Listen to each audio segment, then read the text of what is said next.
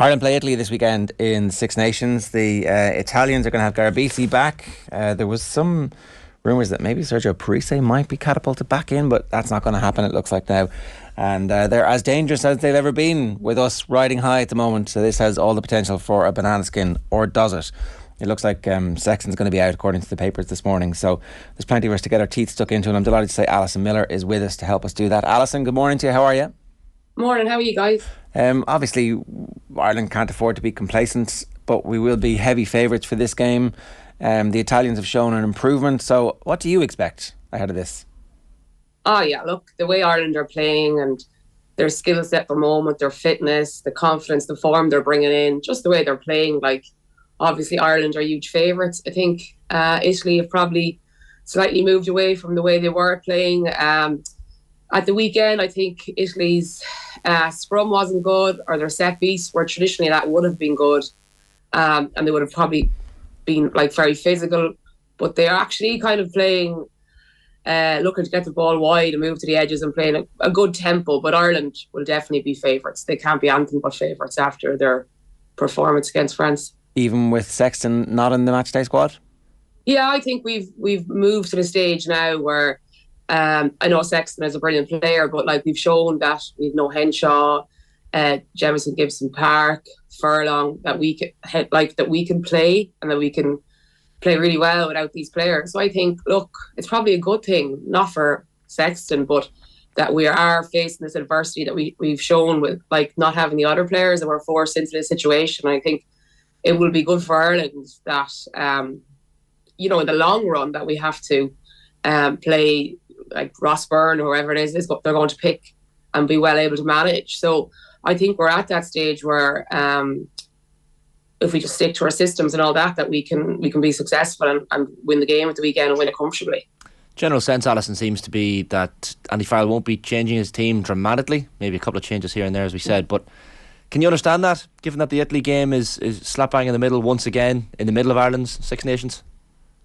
Yeah, I suppose I always expect there to be more changes every year when we're playing Italy, but I suppose you got to keep that consistency, and if players are playing well, I suppose why would you rotate them? You want to keep that consistency and form, but at the same time, there'll probably be a few changes, but you don't want to have like wholesale changes, which might disturb the flow of how a team are playing. But there'll be a few changes. I'm interested to see who has changed and what way Andy Farrell goes about it, like how much time he gives people off the bench, or who he changes. But like Italy have some good players, like they're 15, like he's quite a good player.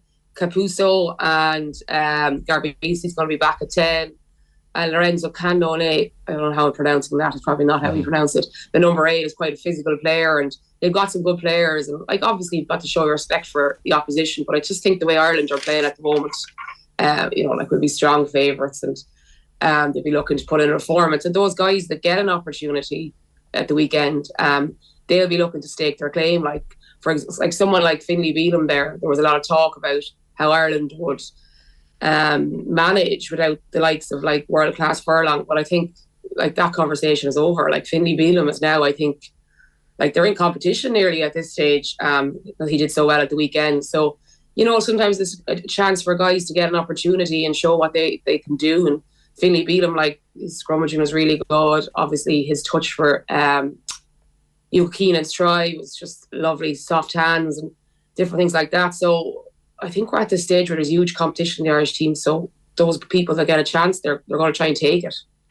I think those of us who followed Irish rugby for a long period of time are still somewhat concerned about the possibility of a single match in the World Cup devastating the squad to the point where the France game in particular in 2015, where we put in one of our all-time best performances in a World Cup match and lose 5 front row players, 4 through injury and 1 through suspension, for the next game, which is the Argentina game, and then they absolutely rip us apart.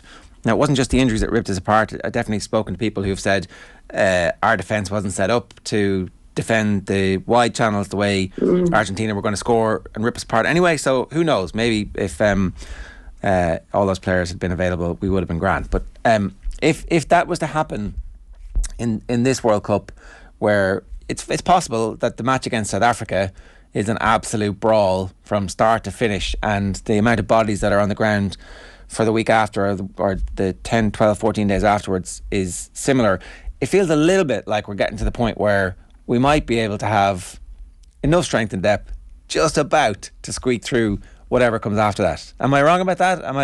That seems to be what they're doing here, is that they're not making changes to see if you're good enough. You only get in when you're good enough, that they're going to be sure about you. And there's been enough injuries already for us to go, actually, there's probably about 28, 29 players that we can reliably go, yeah, you can play in a World Cup quarter-final and we'll be happy enough with you. Yeah, because you want to deserve your shot at playing, and you don't want to just be rotated in.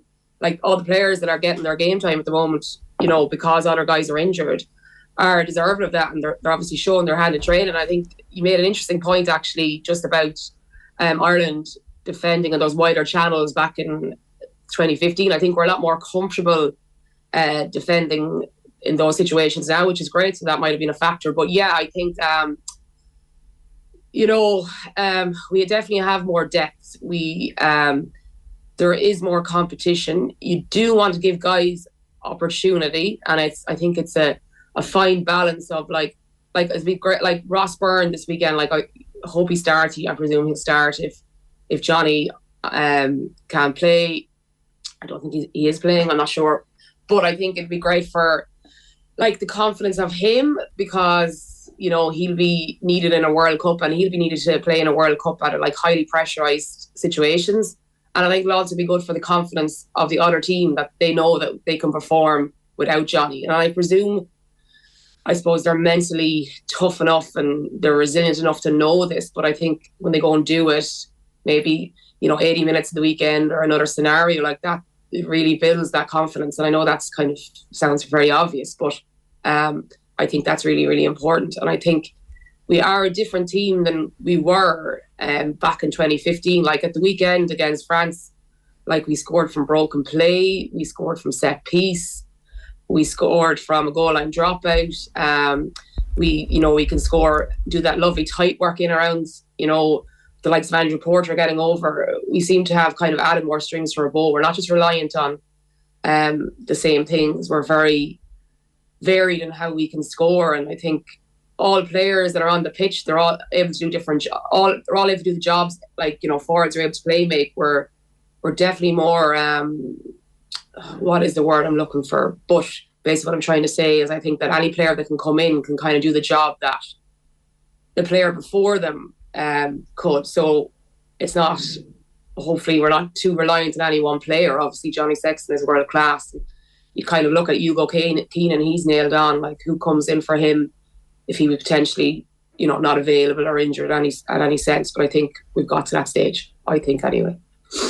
It seems this team, Alison, we've already been talking about this team as one that seems to take the number one slot in the world, and the form that they're in with a pinch of salt, and they move on and they're used to it and they can deal with it maybe better than previous Irish squads.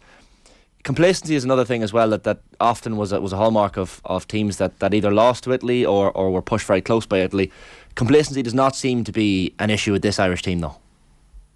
No, they seem just in a different place than they were previously, and I know a lot of the players talk about it's a really enjoyable environment, and I think they look relaxed, but in the greatest sense of the word. That they're enjoying their rugby.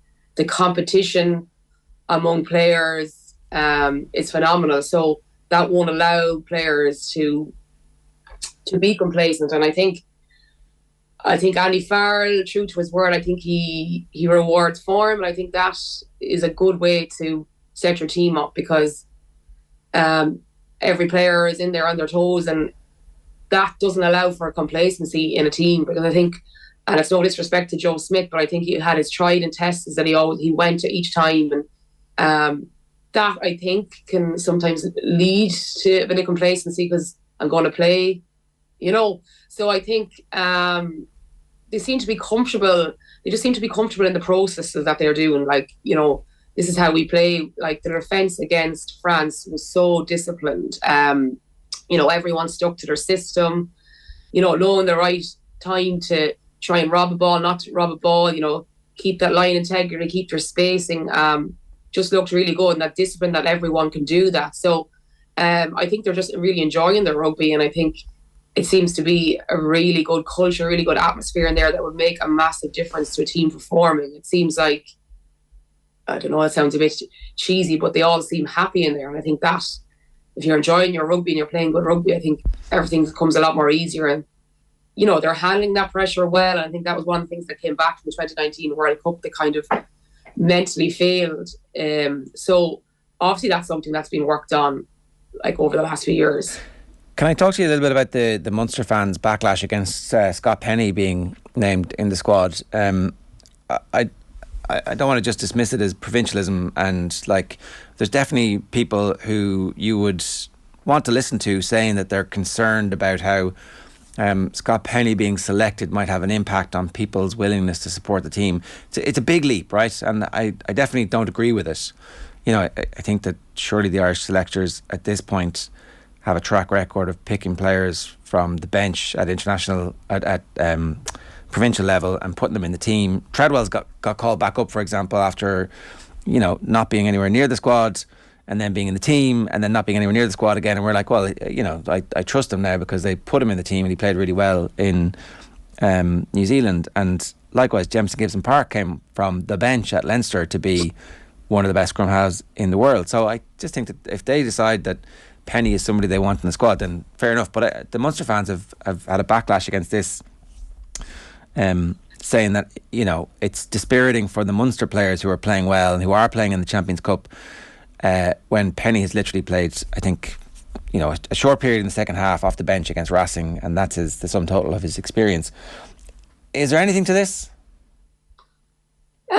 I suppose, they're entitled to feel what they feel, but I think every decision and nearly every decision Andy Farrell has decided, like the Jemison Gibson Park has worked out, and they're obviously seeing something there that will fit into their system and the way that we're going to play. And that, because often, you look at combinations of players, it's also combinations that work and who's right for the team and the different scenarios. So they're obviously looking at him and saying he's going to fit into our system, he's going to fit into the way that we want to play, he's an asset in some scenario. So you've just got to back the Andy Farrell and the coaches there, that they're making the right decision. I think they will pick the best players. If a team is doing very well, it's easier for players to get selected. But I think every decision that he's made so far has generally been the right one. So I think time will tell, and we'll just have to see what happens.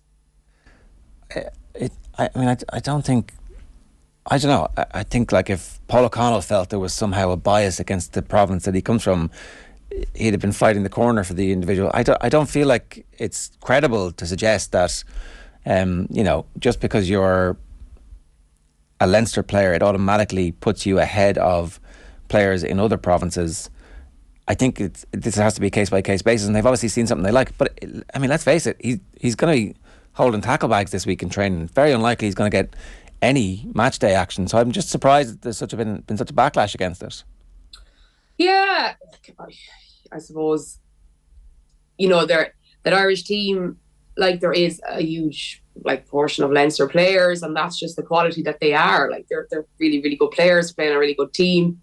And I think maybe that's where the backlash is coming. Yeah, and he's been brought in there to soak up whatever he can and learn, and he's been brought in there for a reason. And he's not going to feature. So I'm not sure what the backlash is. I think they're obviously feeling maybe that, there is big talk at the moment for inclusion of Gavin Coombs because he's playing so well. So is that something maybe that happens this weekend? I don't know. Does he come in on the bench, or because he is playing very well? But look, there'll always be a bit of divisiveness about certain selections, and I suppose in Munster for so long were the dominant province in Ireland and had that initial success. So, but even just look at Leinster at the weekend, even though they weren't extremely impressive with all the guys gone for the Six Nations, they still just can comfortably, win games. So,